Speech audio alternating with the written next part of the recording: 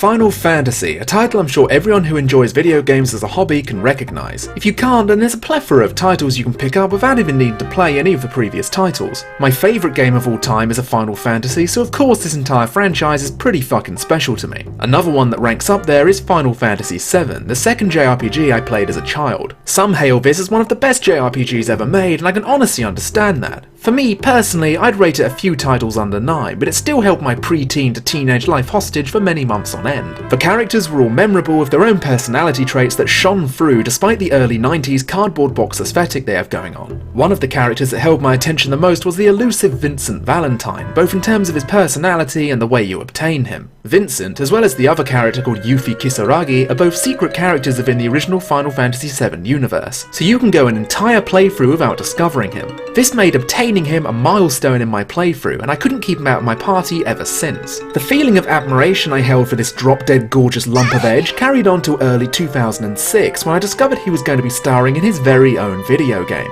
And it wasn't going to be a JRPG, but a shooter instead, with fucking Gact himself lending his talents for 2 of the songs? Well, that's pretty new and interesting for a Final Fantasy spin-off. I wonder if they can pull it off. Over here, guys!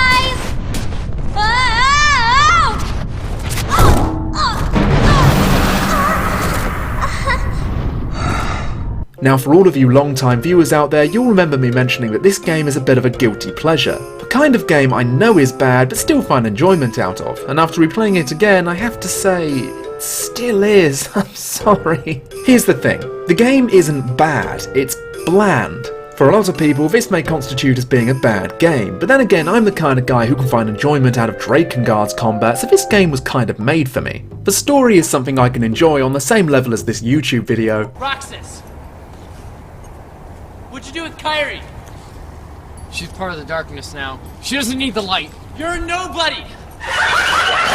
But there are still genuinely good moments placed throughout a somewhat awkward and clogged plot. Apparently during its concept stage, other characters from the Final Fantasy series like Irvine from Final Fantasy VIII or even Barrett from 7 were thrown around as potential main characters, but in the end they settled for the man in red and black himself. The game was directed by the lesser known Takayoshi Nakazato, who was always part of a Final Fantasy team but was never given this much responsibility. As a fledgling director, I'd say he gave it a good shot, but even good shots can need a bit or a lot of refining. For example, the gameplay is well, we'll get into the gameplay. Let's just say it's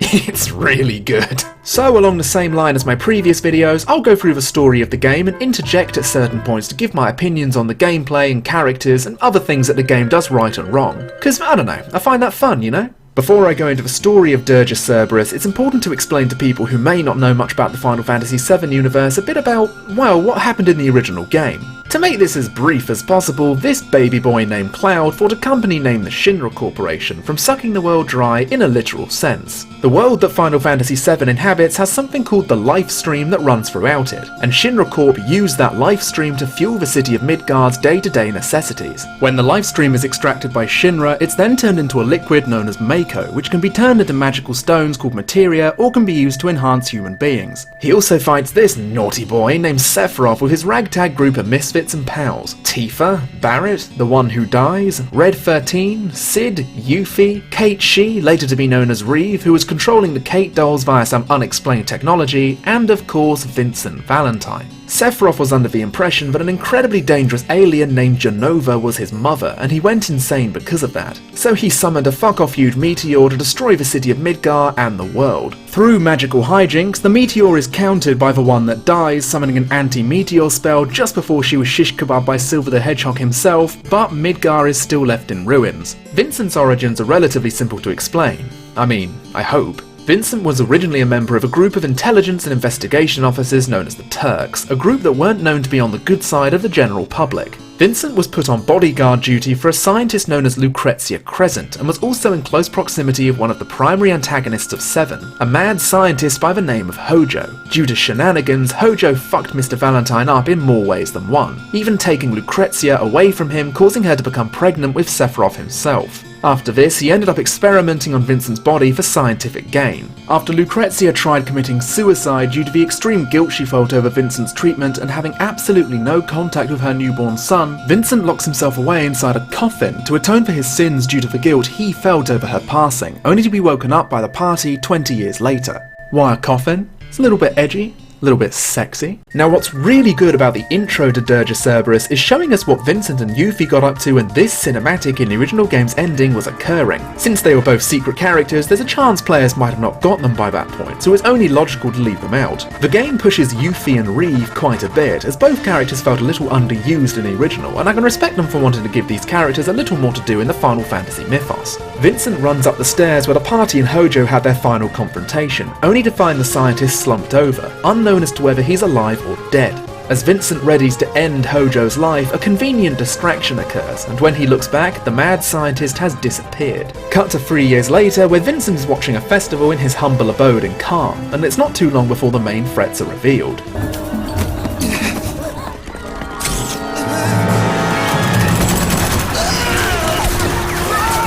Oh my god, are you okay?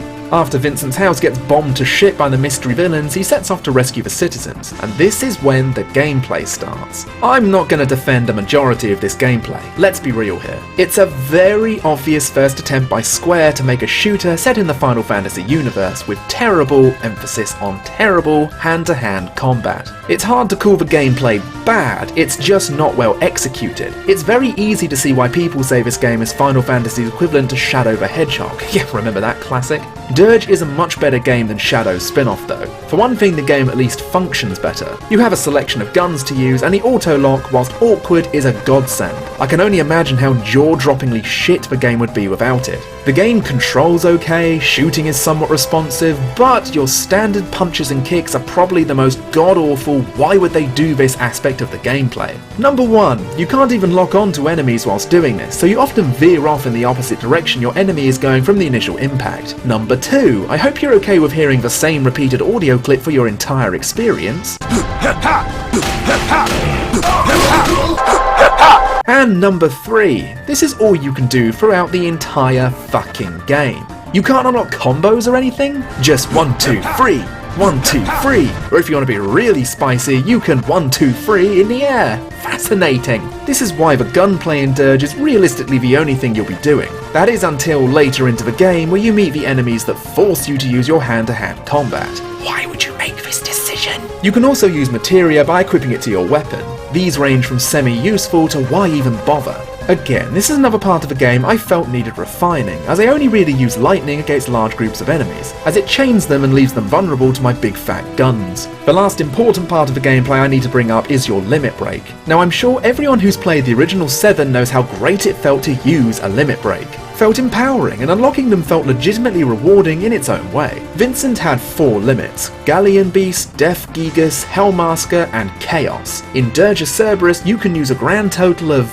2, one of them limited exclusively for the final level. Why? My god, limiting the limits to Galleon Beast alone is fine, I guess, but come on, you have 2 other awesome limits just waiting to be used. Wasted potential. Galleon Beast is a limit that focuses on close-range brawling with a homing ranged attack, so make Death Gigas a creature that focuses on chain lightning and sluggish physical moves. And Hellmasker a limit that focuses exclusively on massive crippling physical blows. If anything, I can say I prefer the designs of the limits now. Galleon looks charmingly goofy with Vincent's outfit on, but Chaos makes an appearance later on, and his design sparked so much raw emotion in my Hot Topic younger mind. Back to the story. This mysterious group of soldiers, known collectively as Deep Ground, are capturing the citizens of Calm or killing them on the spot. Vincent comes face to face with the most recurring villain of this game, Mr. Helicopter.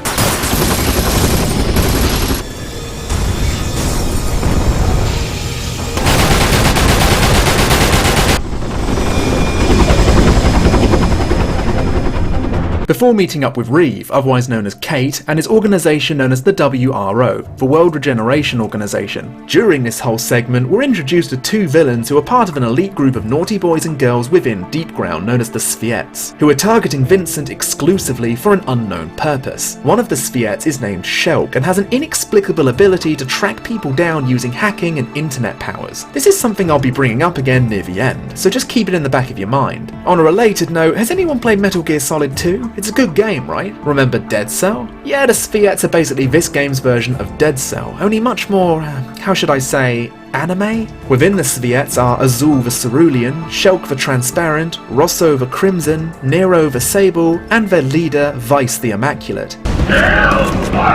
You've got that right. My personal favourite is Azul, as his design is probably the most interesting without being offensively Nomura, and his character has some of the more funnier lip-syncing issues within the English dub. Long has it been since I faced a worthy opponent? You did it. It's explained to Vincent on his journey to the city of Edge, a city that was founded after a meteor virtually left Midgar in ruins, but the citizens have been mysteriously disappearing, and that many of them have been hearing what appears to be screams coming in the direction of Midgar. Reeve also tells Vincent that Deepground are a secret project of super soldiers held by the Shinra Corporation back at the peak of their rule, kept buried deep underground the Shinra building. Wait, come again? Other than the president himself, the only people who knew of Deepground's existence were most likely Heidegger, Scarlet, and the head of biochemical research, Bojo. After the president's death, the transfer of power to his son was carried out so quickly I doubt Rufus was ever briefed on the project. Fuck off. Shinra having a second soldier project kept secret and buried, I can actually believe. It isn't as stupid as some of the other stuff the compilation has fired at us. But not informing the new president of the company that there's a giant underground city filled with super soldiers supposedly even more powerful than their previous soldier branch? Fuck right off with that. Sir, the meteor's going to hit Midgar. There's a pickle in it. And if it hits, there's a chance it will release thousands of incredibly pissed off bloodthirsty super soldiers who want nothing more than the world's demise. You'd think this was an important thing to bring up. So after this, the main villain of the game, Vice, makes his first official appearance on the big screen, where his entire speech is basically listing off all the edgy things he wrote in his high school planner, and Reeve is clearly feeling the second-hand embarrassment. They're interrupted when their van runs into some puppy issues, so Vincent dropkicks a doggo and continues his journey to Edge on foot. Upon reaching the seemingly deserted city, minus a few Deepground soldiers and the world's sneakiest child, we're given a full introduction to the next member of the Tsviets, Rosso the Crimson.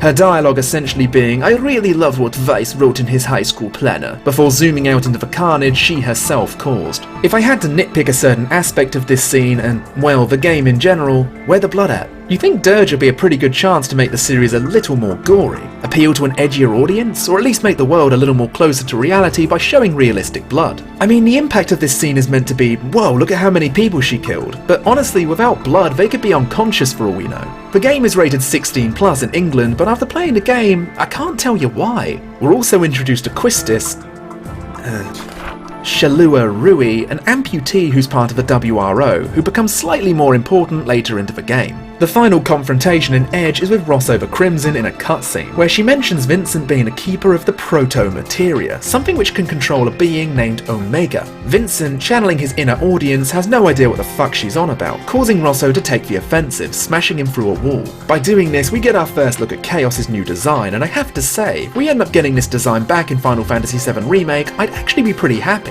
Chaos detonates a large-scale attack that seemingly causes Rosso to retreat, and as he transforms back, we see Shalua come to Vincent's rescue, transporting him to the WRO headquarters. When Vincent awakes, he finds himself fully clothed in a medical container, Shalua watching over him. I mean, really? Fully clothed? Not gonna render a half-naked Vincent? You're just gonna dump him in there, cape and all? Shalua references the incident with Rosso, and after he asks her if he transformed into Chaos, she seems taken back. This is where we get a questionable bit of lore tweaking. Shalua mentions that Vincent's body harbours something called the Chaos gene, something that Lucrezia Crescent was researching back in the day. She also says that Lucrezia's research mentions how Chaos is a sentient xenoform that resides within everyone. However, her research was so outlandish that it wasn't even uploaded to the Shinra database. That means that all through the original game, Vincent wasn't merely changing form, he was actually taking over and controlling the body or gene of an actual non-human life form. After explaining to Reeve and Shalua what Rosso told him about the proto-materia and Omega, Shalua recites a quote from Lucrezia's research. Soul wrought of terra corrupt, quelling impurity, purging the stream, to beckon forth an ultimate fate. Behold mighty chaos, Omega squire to the lofty heavens. However, an unannounced visit by the least subtle group of naughty boys and girls distracts them, causing Vincent to save the day yet again. But not before Shalua thinks she recognises someone from the security cameras. Turns out this person is Shulk, her long-lost sister. She was kidnapped by Shinra 10 years ago for the Deep Ground project, resulting in Shalua's frantic search, causing numerous missing limbs and internal organs. Vincent and Shulk awkwardly fight with the camera and auto-lock-on before sedating her with a tranquilizer. Surprisingly, the fight with Azul the Cerulean is basically straight after the Shulk fight, and we beat him with little to no effort. Well done, big guy. Vincent decides this is now the perfect time to go on a journey of self-discovery, going back to Nibelheim and visiting the abandoned Shinra Manor, previously a front for some of Shinra's top scientists to conduct their experiments.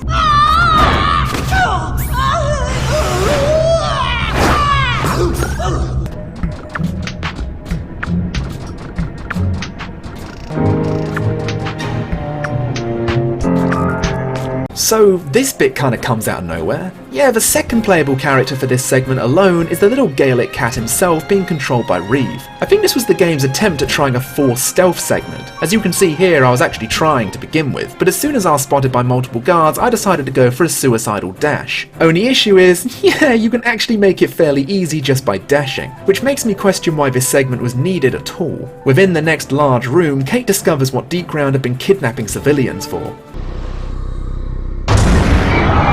What? Good gracious me! What the fuck is...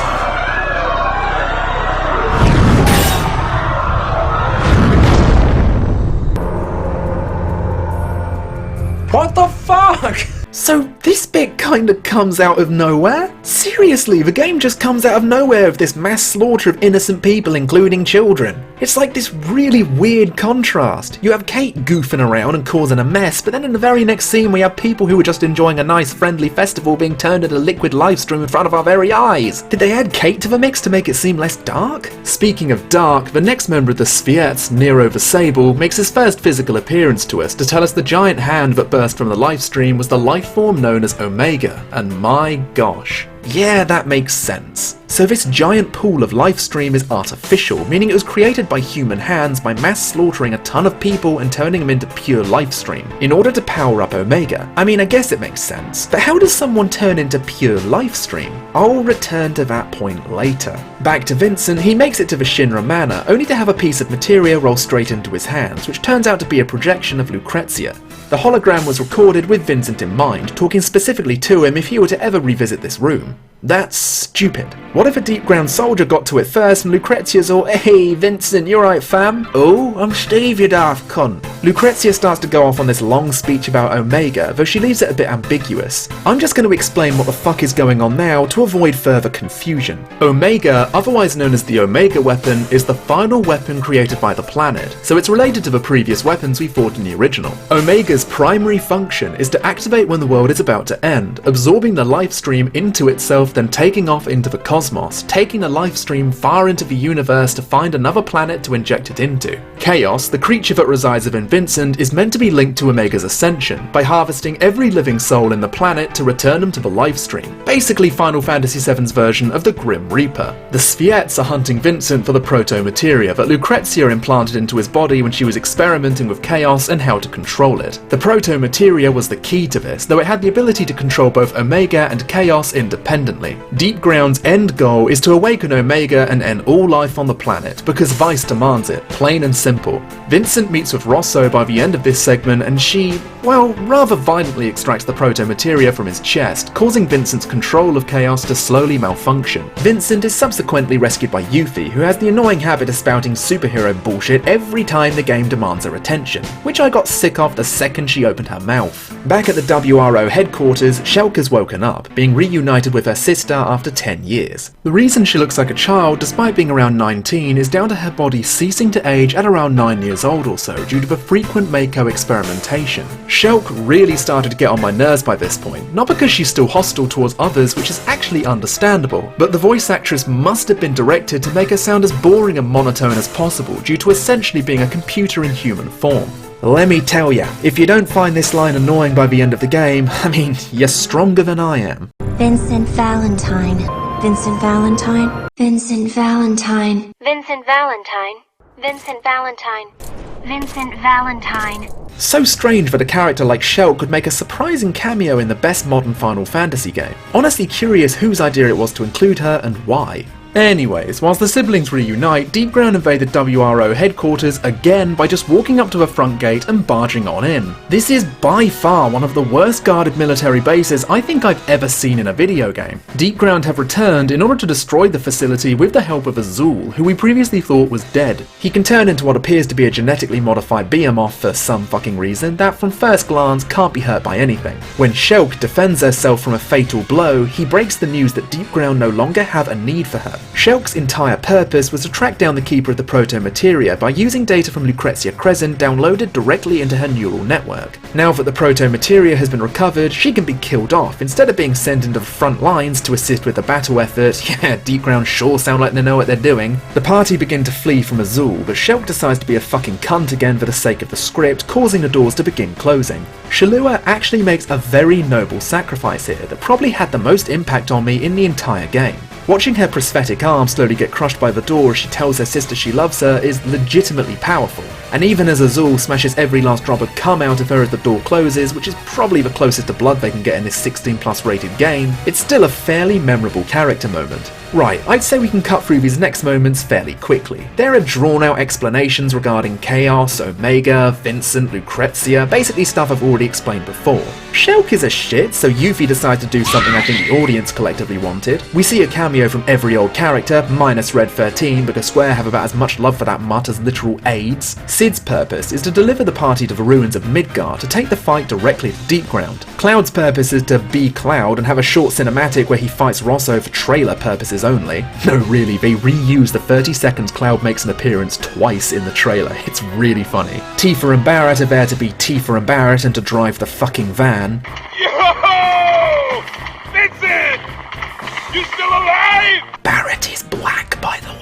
And Shulk gets kidnapped by Sasuke Uchiha himself, her whereabouts seemingly unknown. Vincent eventually makes it to the top of the ruins of Shinra HQ, coming face to face with Rosso the Crimson. Let it be known that I actually kind of like the character of Rosso. She had the most development out of the Tsviets and her motives make sense. Raised only to kill, but with a dream of finally seeing the sky. Sadly, she takes her own life after her defeat at the hands of Vincent, not allowing him the pleasure of taking her life. Not long after, we have our final confrontation with Big Boy Blue, and I'm sure it was a fairly simple solution, but I couldn't figure out how to take down his puppy form. Just transformed into Galleon Beast and wailed away at his damaged sponge health bar. Azul takes a final chance at finishing Vincent off, accidentally causing an uncontrolled chaos to emerge, killing him in probably the most metal way I think anyone can die in media.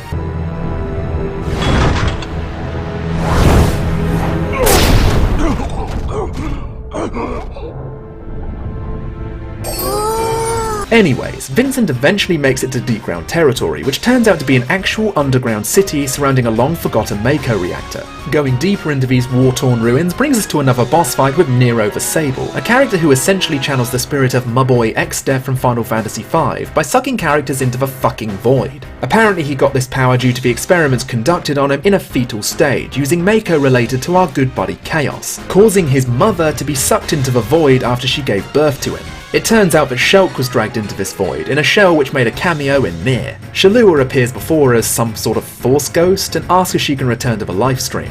Shulk vetoes against Shallua, feeling the sweet embrace of death, and is rescued by Vincent, who's immune to the darkness, as Chaos is darkness incarnate, therefore cannot be affected. Before this, however, whoo boy, I need to get into this. So as I mentioned earlier, we have various flashbacks or visions of Lucrezia back before Vincent was transformed into the Vincent we know now. Shulk has one of these visions whilst unconscious due to having Lucrezia's data installed in her brain.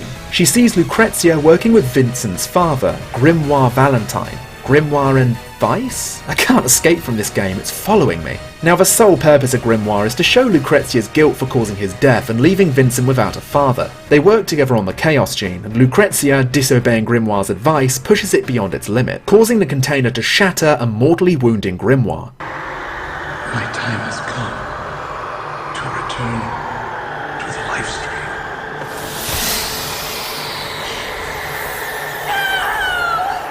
Grimoire returns to the life stream. But why? Why does he just disappear like that, clothes and all? Were his clothes part of a life stream too? When Aerith died in the first game and she doesn't disappear, does that mean Cloud dropped a living person into the water to drown alive? If people return to the life stream the second they die, which come to think of it I think also happens to Kadaj in Advent Children, why are graveyards a thing, like this one right here? What other rules you're setting in this universe as to how you can return to the planet? Is there a set amount of time before you return? Because the planet seems to be rushing to get Grimoire back into its luminescent neon glow. Moving all of that aside, after saving Shulk, it turns out that Yuffie had been following us to interject as the world's least funny comic relief. Feel the radiance of Blue Tie Super Ninja, Yuffie Kisaragi, back and ready for action! My brother calls. And another scene where Vincent finds out the secret about his father working with Lucrezia. Lucrezia runs away like a coward and for some reason, in her grief, decides to fuck Hojo, becoming pregnant with Sephiroth. However, if she is happy, then I don't mind.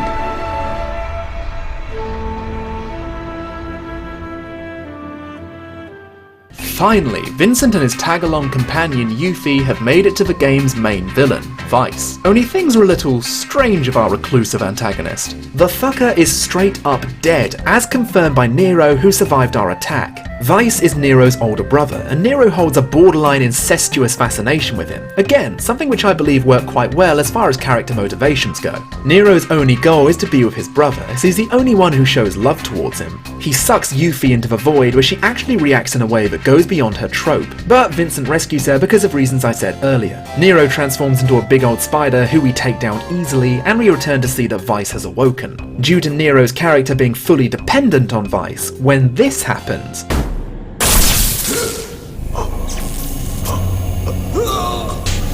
I'm finished with you. it actually gave me something bordering on a sad emotion. Then Hojo turns up.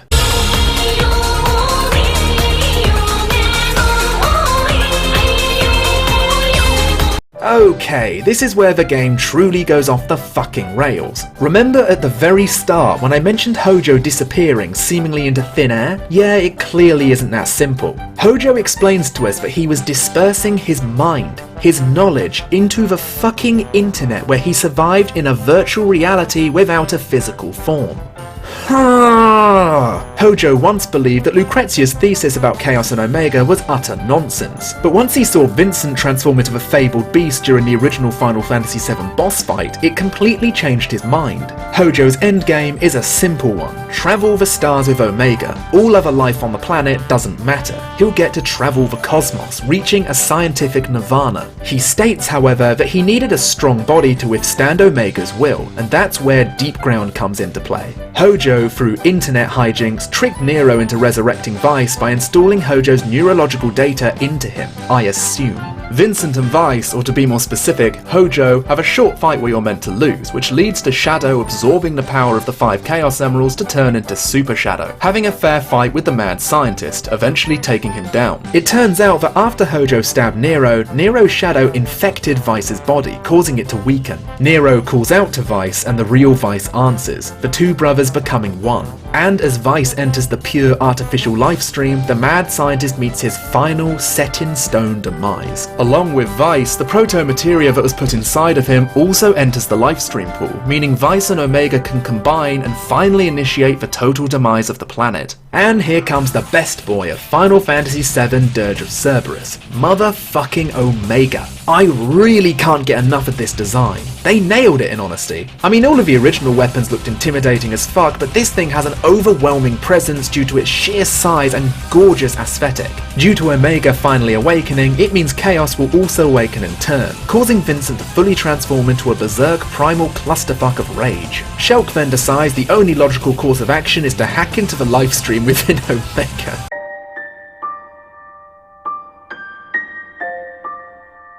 Ooh, you think you can just slip by me with that one? You can have a power to hack into the livestream, or to be more specific, the souls within the livestream, making some form of network? This is by far the most borderline stupid thing within the compilation, but I'm not entirely bashing it, because what you can't see or hear is me laughing so hard I was crying at the realization. I applaud them for doing something so outlandishly strange. Not only do we have confirmation that people can upload their neural patterns to the internet, but you can essentially hack into the lifeblood of the planet via technology. Shulk sees an angelic form, most likely Lucrezia, who disintegrates what I assume to be the livestream's firewall, allowing Shulk to insert the proto-materia back into an out-of-control Vincent. This ultimately calms the dear boy down, and he now makes his journey to break into Omega. And when he does, oh my god. Here we go. Oh, that was solid. Oh, that's gay. Oh, I don't like that. That's really bad. Wait. Guess I have no choice. Oh, that's even gayer. Oh, this is really bad. He said it! This is really bad. Guess I have no choice. Oh yeah, you fucking pack on that corn, dude. The power of friendship, go! Oh, is this see you on the other side?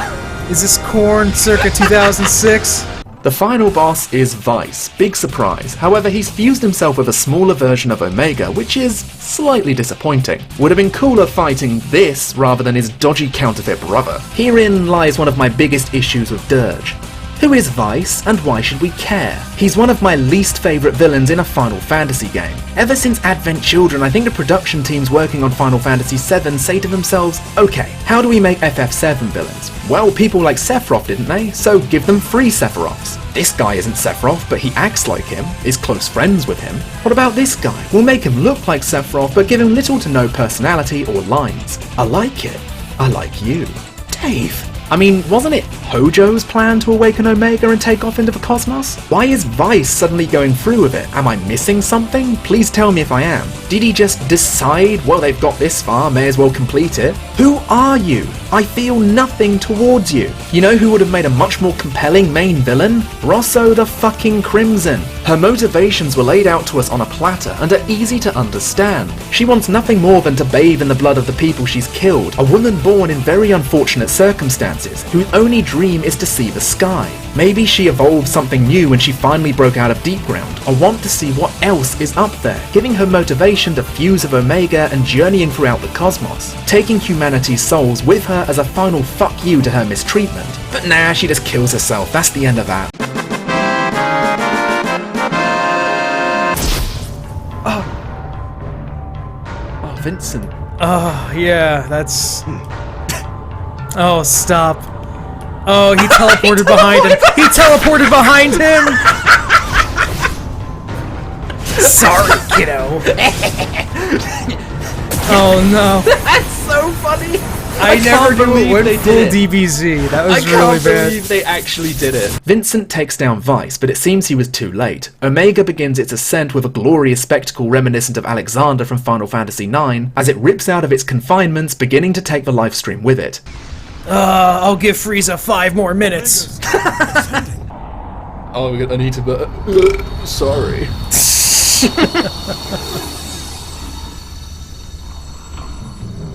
Wow. Wow. I'm so bored.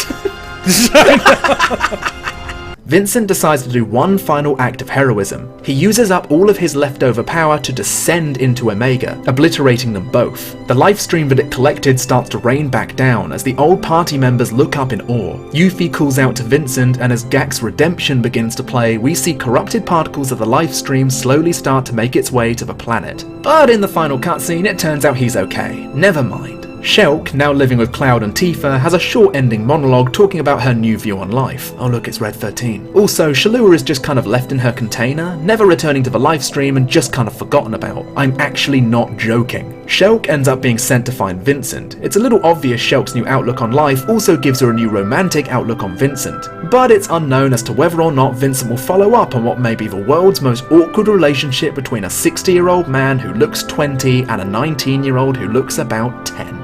But if you get the secret ending, Gact himself descends from the sky, lifting a deceased Vice up in his arms, saying that there are much bigger things in store for him. This character is the final boss from Final Fantasy Crisis Core, named Genesis, and it's never mentioned or brought up again in a single piece of Final Fantasy VII media, and I'm kinda fucking glad.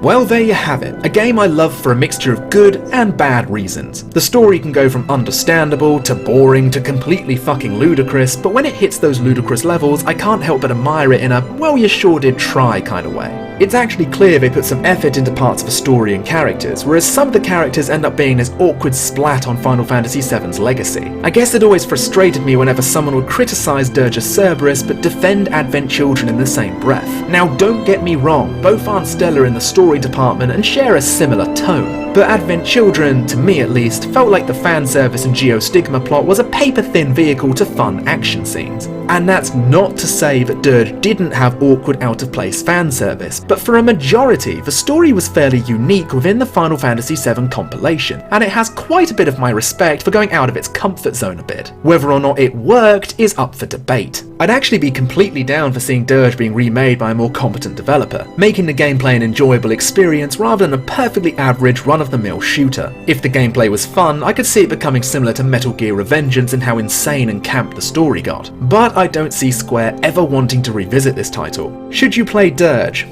Not really. I'd recommend it to you if you're a hardcore fan of the original game and feel like seeing what a weird direction the franchise took, but I know I'm in the minority when I say I actually find some level of enjoyment out of it. Dirge of Cerberus will forever be a game I revisit fondly from time to time, going back to a more innocent time in my teenage life where I thought this was the hottest shit, and being able to dive into those last few chaotic hours of the game to give myself an honest-to-goodness hard laugh.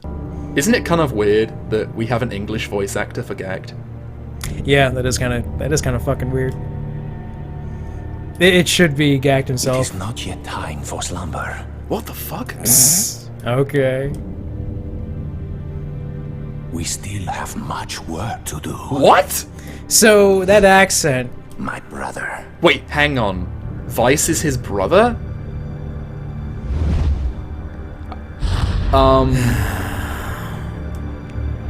Okay. Off he goes. Look at that wing. Off to piss on Final Fantasy VII's legacy.